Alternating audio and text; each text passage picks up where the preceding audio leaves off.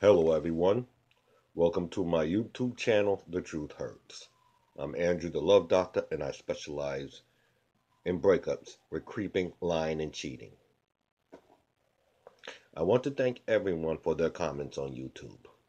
It's encouraging to know I'm making a difference in people's lives today. Today, I'm going to discuss red flag number 14, how to stop the hurt. With narcissism, normal people don't understand how you are feeling because they've never been through it. They think you're handling it childishly. They think that way because they never experienced a mind fuck like you have. Therefore, for your own peace of mind, you have to ignore those individuals and seek out individuals that are experienced with what you went through and what you are going through. After all, that's why you're here on my YouTube channel, because you can relate to what's being said. If I was saying to you, get over it, your ass wouldn't be here. I understand. It's not what the narcissist did, it's how they did it. It was the ultimate violation for no reason whatsoever. Violation, a term used by African American males, usually from New York, meaning to verbally take it too far, which could start a fight or put their hands on you or put your hands on them the wrong way, which will also lead to a fight. I'm an African male from New York. What is a mind fuck? You're in a relationship with someone. After spending time and learning that individual and investing your feelings and emotions, you say to yourself, this may be the one. Everything is going well and the relationship is blissful. You have never been happier. Then all of a sudden, BAM! Blindsided from left field. The person that was telling you for months or years that they love you is now telling you that they no longer love you or they never loved you. They leave you abruptly, without cause or reason, no real explanation, just a vague answer with a Dear John letter. They don't even have enough respect or courage to confront you face to face. When leaving, they leave with no further formal contact. They just disappear and walk away, leaving you in shock.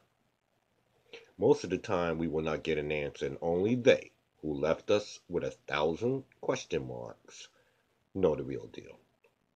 Maybe they mean what they say, even if it doesn't seem like the whole truth to us.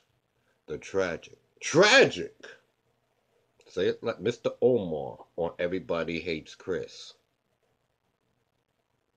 With the number one question of all time.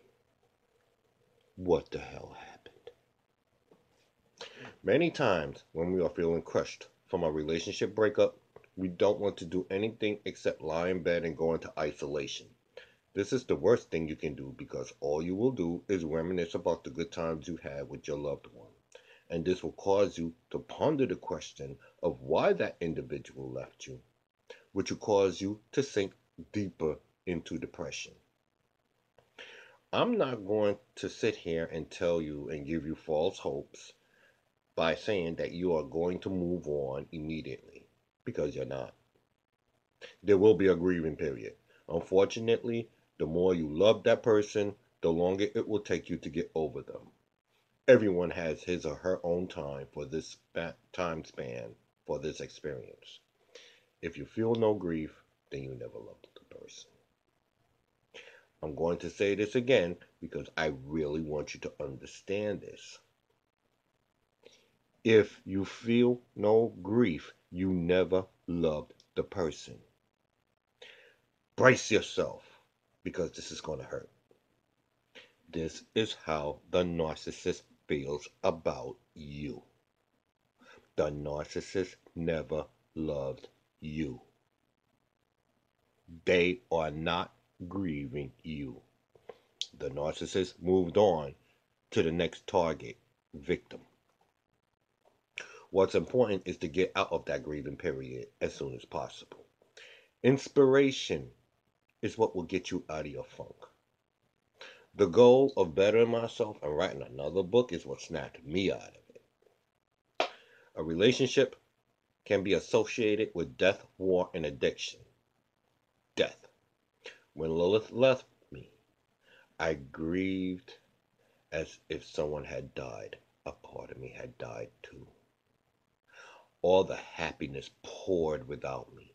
Never more will I be spending weekends with her. Never more will we be having conversations. Never more would I look forward to taking the plane to see her. Never more would I be joking and laughing with her. Never more. War. When Lilith called me from another man's house at 5 o'clock in the morning to tell me she's sleeping with someone else, it was like a nuclear war had detonated in my world. The mushroom crowd that leaves you in trembling shock, the fiery windstorm that destroys everything, and the snowy silence that leaves you in dumbfounded bewilderment. I actually felt my heart bleed like that of a wounded soldier who was lying on the battlefield and knew he wasn't going to make it home to be with his loved ones because he was dying. Addiction. Breakups are associated with addiction because both involved a recovery process. The objective is to start over and rebuild.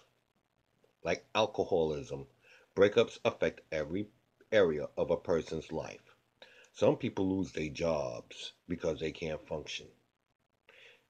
If you can't imagine this, watch Three Can Play That Game, where Tiffany was in her office, sitting on the floor, bawling with tears.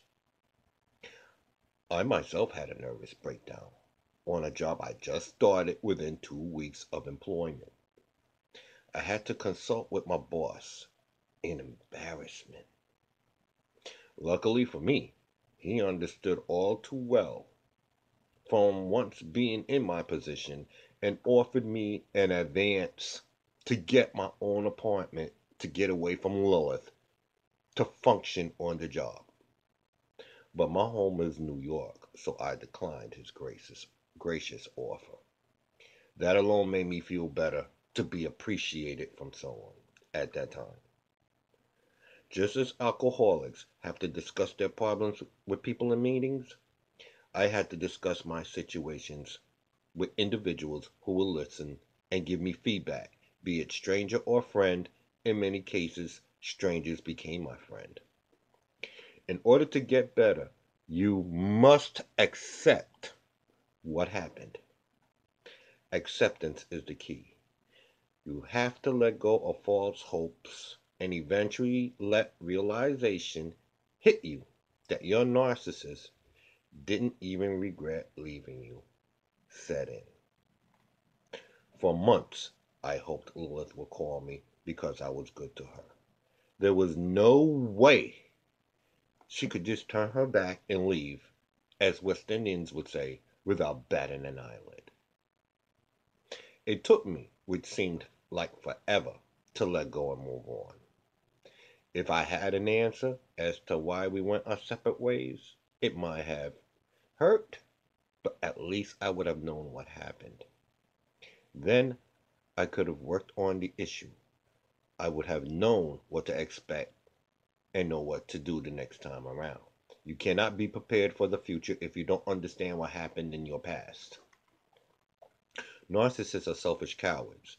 They believe it's nicer not to say anything flat out that they're seeing someone else, or that it's better just to walk away without an explanation. Narcissists don't provide closure. In reality, all they're doing is causing further harm to the ones they're leaving. It's crueler to leave a person wondering what happened than it is to tell them the truth. The most powerful force you will have to deal with is the void created when the narcissist leaves. When you have spent so much of your free time with them, that's when they leave.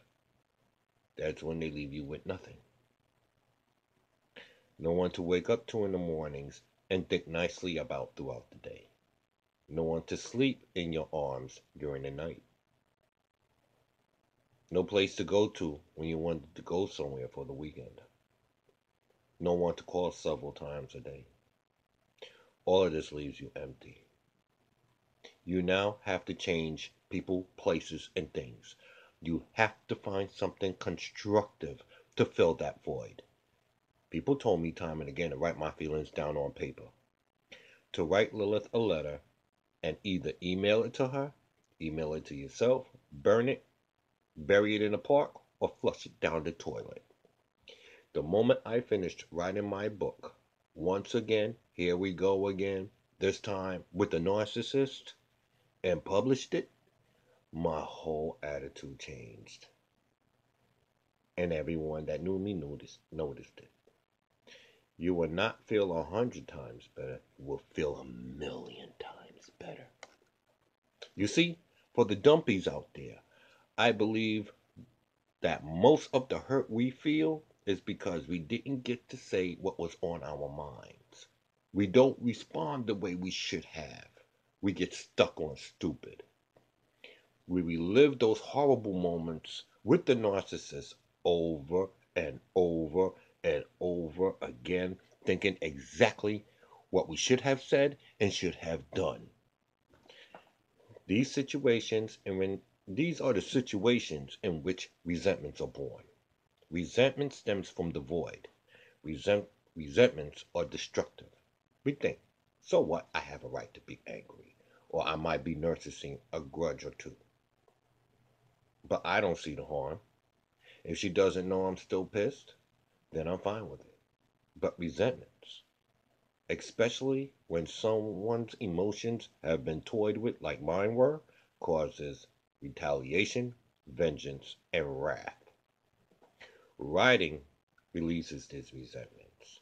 The way I found to release these hard emotions was to talk about it.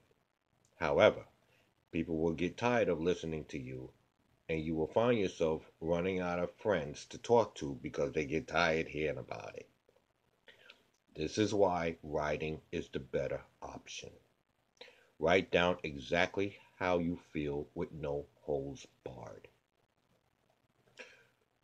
Writing those feelings down, all of them.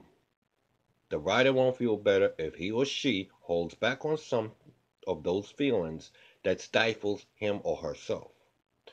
What's the purpose of writing those feelings on paper if you're not going to be honest with yourself? I have found that the nastier and the most honest you are on paper, the cleaner you will feel inside. How many times have you turned to music to uplift you even further in happy times, or sought the comfort of music when malarkey strikes? Music affects us all. Listening to and playing music actually can alter how our brain processes information and therefore affect our bodily functions. Music sets the mood for whatever emotions you desire or feel. The songs that were most effective on me easily made me write for hours. Every chapter of my books had its own music, like an opera telling a story. I utilized certain words and phrases within those lyrics that enhanced my thoughts. Example, if you want to imagine strangling out your significant other or stomping them out, as Medea from the play Medea Goes to Jail does her victims, then I might suggest Stomp by Kurt Franklin. Example number 2. Since it's the Christmas season, I was listening to Carol of the Bells, and every time the bell tolled, I will imagine myself holding Thor's hammer, and with both hands, with all my might, I would bash Lilith's skulls in every time it rang. Ding, bang, ding, bang, ding, bang. So remember, when you are writing a closure letter, be thorough. Lastly, be fucking honest with yourself. Instead of reminiscing the good times with the narcissist, think about all the shit they did to you. everything you went through with them. After all, the breakup didn't occur because of the good times. It was destroyed because of the bad times. You were too much of a coward or stupid to walk away.